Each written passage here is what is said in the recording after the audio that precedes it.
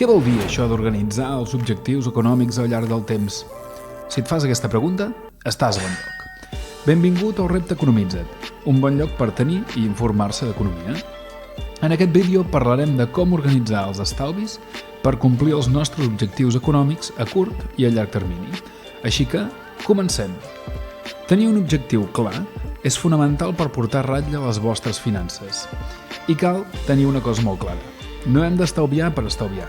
Hem d'organitzar-los per complir objectius que vulguem aconseguir al llarg del temps. Així que el primer que haureu de pensar és quins objectius voleu aconseguir vosaltres. D'objectius en podem trobar de tres tipus. Objectius a curt termini. Aquests objectius són per un període de menys d'un any. Poden incloure coses com estalviar per unes vacances, pagar deutes petits o crear un fons d'emergència. Al ser un període curt, aquests objectius no solen ser de molts diners. Per tant, estableix quan vols estalviar cada mes segons la quantitat que vols aconseguir al final. I per altra banda, intenta reduir al màxim de despeses que puguis en aquest temps concret per aconseguir-ho com abans, millor, ja que els més importants i que necessitaràs més dedicació venen a continuació. Objectius a mitjà termini. Aquests són objectius per un període entre 1 a 5 anys i els més comuns per la majoria de gent.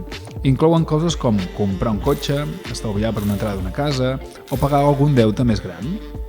Per aconseguir-los, estableix una quantitat fixa cada mes per estalviar aquesta cosa en concret i complir els objectius que vols aconseguir. Molt important, aquests diners no els pots tocar per cap més despesa. Per tant, la millor manera és posar-los en un fons d'inversió, de no un risc gaire elevat, o en un compte d'estalvi a part de la teva.